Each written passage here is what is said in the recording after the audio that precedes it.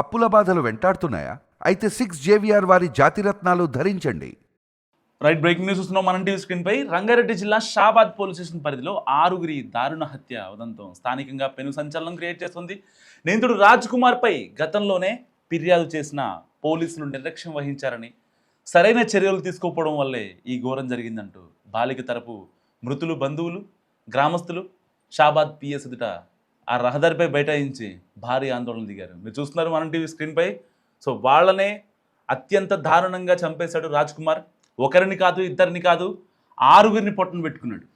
అయితే ప్రధాన నిందితుడు రాజ్ కుమార్పై అయితే పోక్సో కేసు పడిందో, ఆ పోక్సో కేసు పడిన తర్వాత ఇక మనోడు మరీ చాలా వియర్డ్గా మారిపోయాడు అనమాట. నా మీద పోక్సో కేసు పెడతారా అంటూ. యాక్చువల్గా అంటే ఏదో ఎవరి మీదో పెట్టాల్సిన కేసు రాజ్ కుమార్ పెట్టలేదు. రాజ్ కుమార్ ఈ షాబాద్ పరిధిలోని ఒక దళితుల మీద ఈ అబ్బాయి అంటే ఒక రోజున తాగిన రోజు తాను ఒక మైనర్ బాలికపై అఘాయిత్యం చేయబోయాడు.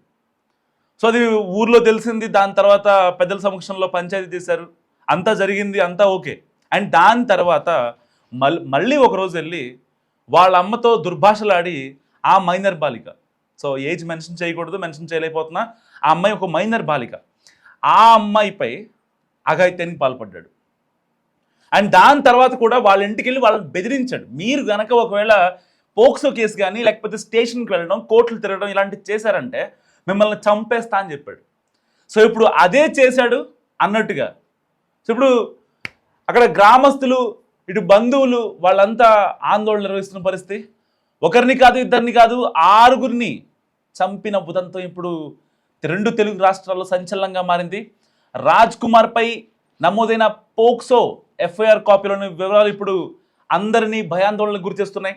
గత 6 నెలలుగా రాజ్ కుమార్ ఆ మైనర్ బాలికను ప్రేమ పేరుతో వేధిస్తున్నాడు. తనతో మాట్లాడాలని, కలవాలంటూ నిరంతరం బలవంతం చేసేవాడట.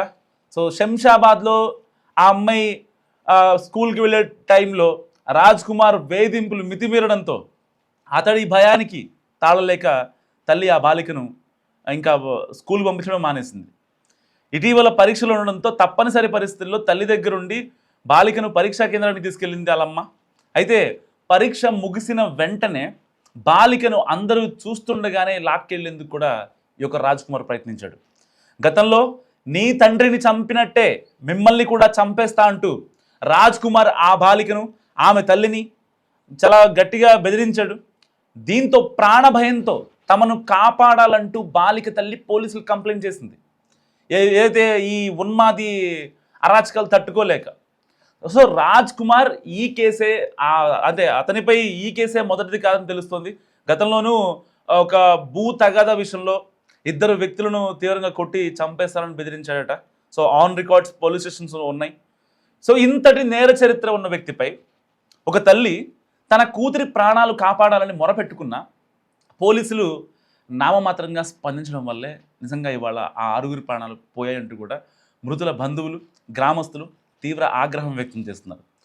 సో నిజంగా ఒకవేళ కనుక రాజ్ కుమార్పై ఆ రోజున పోక్సో కేసు పడినప్పుడు వెంటనే ఎఫ్ఐఆర్ కట్టి ఒకవేళ అతని కోర్టు ప్రొసీజర్ ఛార్జ్షీట్ కనుక వేసి వాడిని జైలుకి పంపించేస్తే ఇంత నరమేధం జరిగేదా? 6గురు నిండు ప్రాణాలు. అయితే రాజ్ కుమార్ వాళ్ళ వైఫ్ కావచ్చు, వాళ్ళ పిల్లలు కావచ్చు, మీరు చూస్తున్నారు మన టీవీ స్క్రీన్పై, వాళ్ళ పిల్లలు నిజంగా చాలా చాలా చాలా చిన్న పిల్లలు. రాజ్ కుమార్ కూడా ఏజ్ ఏమీ అంత పెద్దది కాదు. Just Raj Kumar 28 years old. So అంటే ఆ ఏజ్కే అంత ఎక్స్ట్రీమ్ అయ్యాడు అంటే నిజంగా జస్ట్ ఇమాజిన్ ఎంతమందిని బెదిరించుంటాడో, ఎంతమందిని ఇది చేస్తుంటాడు. అసలు వాళ్ళని చంపిన విధానం కూడా ఏదో కాకి సినిమాలో నార్త్ ఇండియాలోకి వెళ్తారు కదా, కాకి టీం, పోలీసుల టీం వెళ్తారు, అయితే జంట హత్యలు చేస్తూ ఉంటారు, తోడేళ్ళలాగా వేటాడతారు, అలాంటి టెక్నిక్స్ని యూజ్ చేసినట్టు కనిపిస్తుంది. అసలు తాను కత్తితో పొడిచిన విధానం, ఒక్కొక్కరి బాడీలో దాదాపుగా 40 కత్తిపోట్లు ఉన్నాయి. 1 కాదు 2 కాదు. ఎంత దారుణంగా హింసించి చంపాడంటే చిన్నపిల్లల్ని కూడా, చిన్నపిల్లల ప్రైవేట్ పార్ట్స్ మీద, సొంత వాడికి పుట్టిన కూతుర్నే చంపాడంటే ఆ ప్రైవేట్ పార్ట్స్ మీద పొడిచి ఇక అర్థం చేసుకోండి. అంటే నిజంగా మాట్లాడటానికే ఇలాంటి వాడి గురించి చీ అనిపిస్తుంది.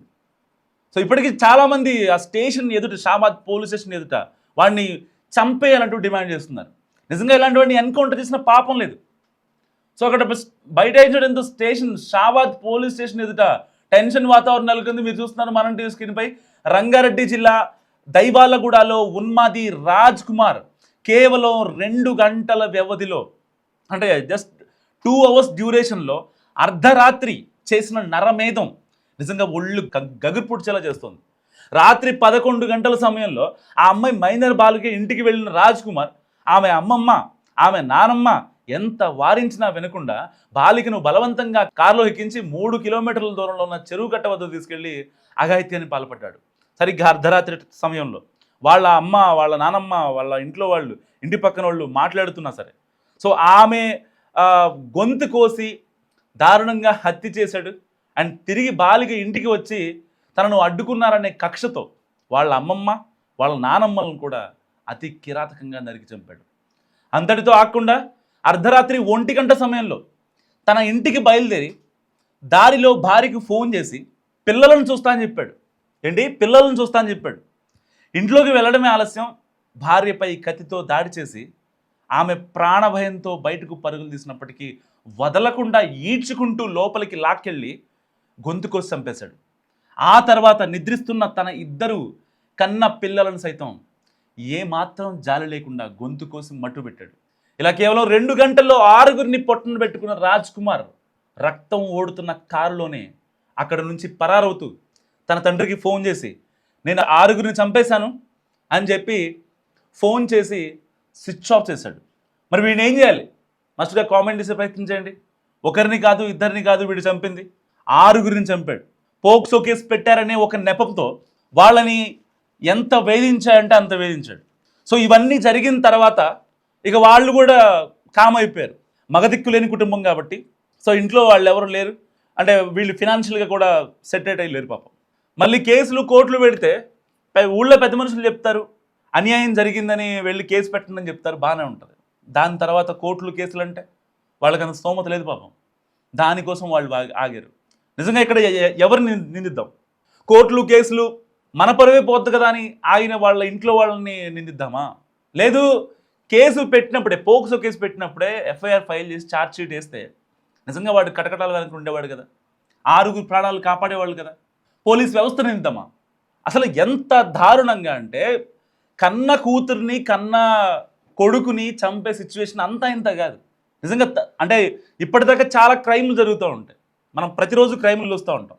లేకపోతే అడ్డొచ్చారనో, వాళ్ళ జల్సాలకు అడ్డొచ్చారనో కూతుర్ని అమ్మ చంపడము, అమ్మ కూతుర్ని చంపడము, ఆస్తి వివాదాల్లో అన్నదమ్ములు నరుక్కోవడము, ఇలాంటివి చూస్తూ ఉంటాం.